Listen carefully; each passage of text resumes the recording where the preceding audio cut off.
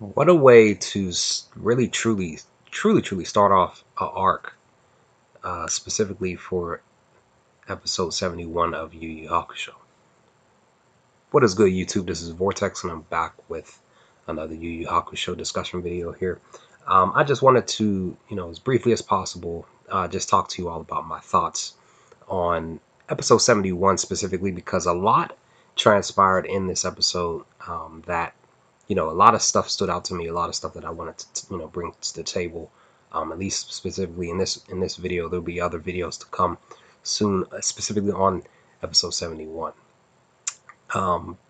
But specifically, this is kind of like a review, but it's more so like a discussion review. But guys, seriously, what the heck? We gained more information from Genkai and Kurama about the border zone and this pseudo space where demons can, including, Hiei and Kurama here, that they can, go through, the pseudo space whenever they get the chance to. We gain that information.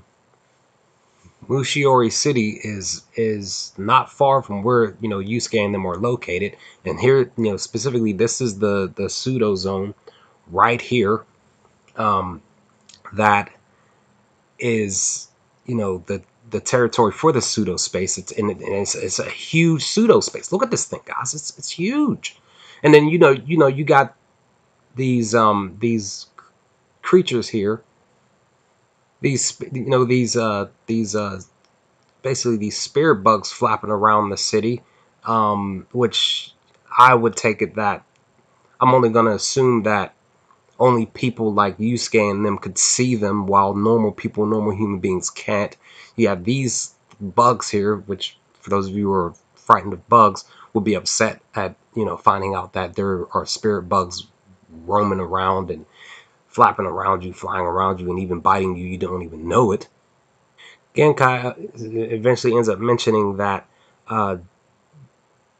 due to the pseudo space in Mushiori City, that people have, there have been over 30 plus people who have come to her over the last month, talking about they have new abilities, new powers, all of a sudden that they can use, and she's pointing these two out specifically, who Yusuke and them pretty much battled and sort of kind of came against over the past couple of episodes.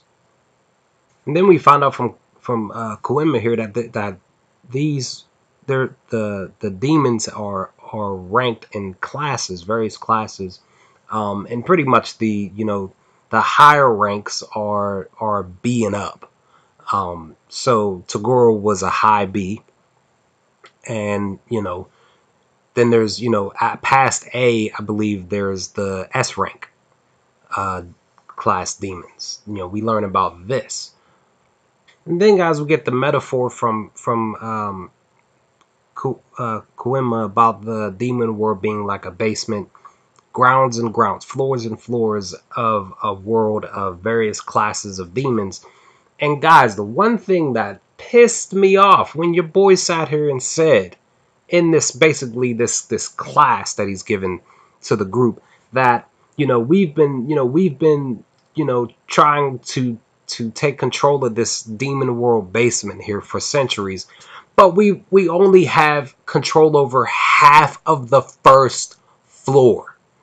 Seriously, guys, are you freaking kidding me? You guys have been at this, you and your father, and your father's friends, your father's father, whatever the case, generations, centuries have been trying to gain some type of control over this basement of a demon world for centuries. And you mean to tell me that you've only been able to control half of the first floor? Half. What type of cheese is this, son? Like, seriously? And then we gain more information about the Kakai barrier, and them kind of filtering and basically allowing some of these demons over the centuries to pass through this Kakai barrier, except for the A and S rank demons. which means that the B ranks like Toguro and his brother being able to, easily, pass through this barrier. But I'm sitting back again, guys. What type of cheese is this? Where, you're letting these B class and, under ranked demons pass through this Kakai barrier. Like, this is some cheese.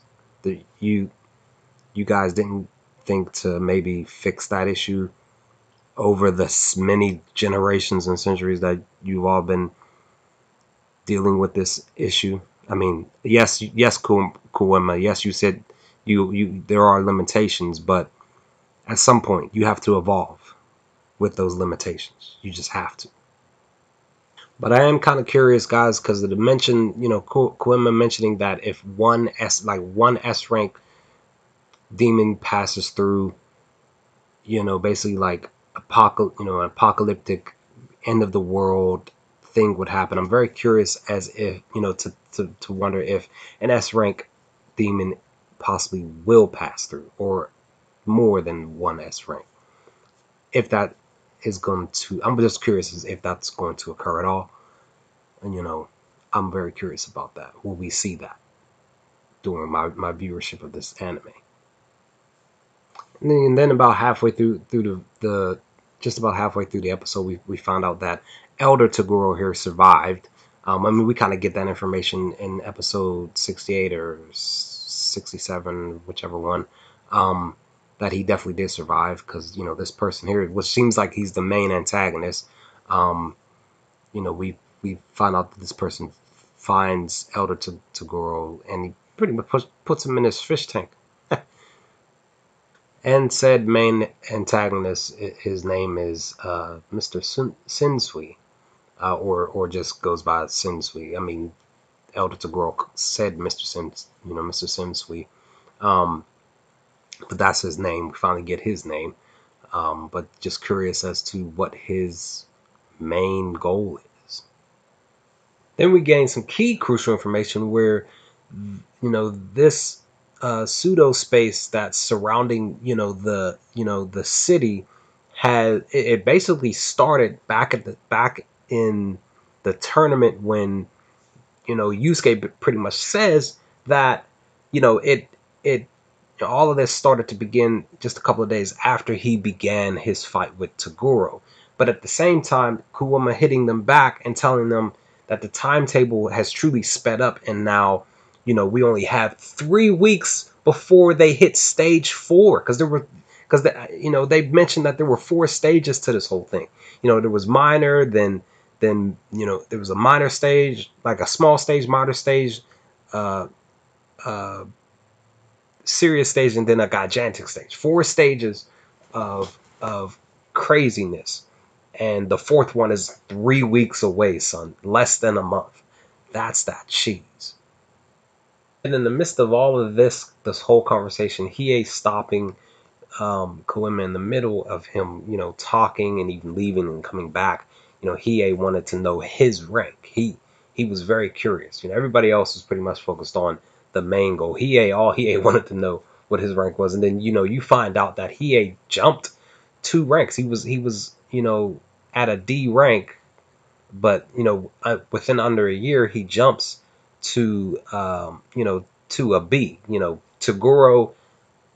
Toguro's a B plus ranked demon. Hiei is a B ranked demon, and of course Hiei is upset about that, which in turn causes him to turn his back on the crew and leave. He makes a couple of great quotes here, but I know the main one that he makes to Koenma, where he says, "You're a child, don't father me." I love that quote, that specific quote that he said to him.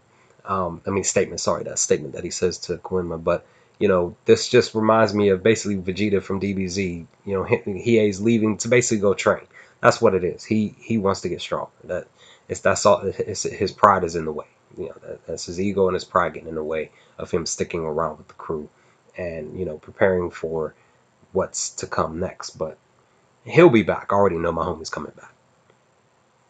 And then Sensui pretty much goes, I guess, down in the depths. I don't know exactly where this could be, but he goes to this Itsuki person and has a conversation with him, about the Kakai barrier, and them trying to find somebody to break that Kakai barrier, because he can't. Itsuki saying that he can't break it himself. He needs uh, another psychic, I believe is what he was saying, another psychic to cut the barrier while he does whatever he's doing down here. But in the midst of all of that, in the midst of him having this conversation where it looked like it was just them two there by themselves, these five people show up out of the blue. They just randomly just pop up behind Sensui. Like, what the heck? Where did they come from? Like, son, this is that cheese. Like, you just don't pop up behind me. I mean, technically, Sensui leaves, but as he's walking by, as he's getting ready to leave, these people are just standing there. It's like, what the heck is going on? Like, seriously, guys, what's really going on? And I don't know, guys. This is weird to me because Keiko wakes up from what seemingly seems to be like a nightmare, but is it in? I'm thinking out loud. It's more so me just questioning it more so.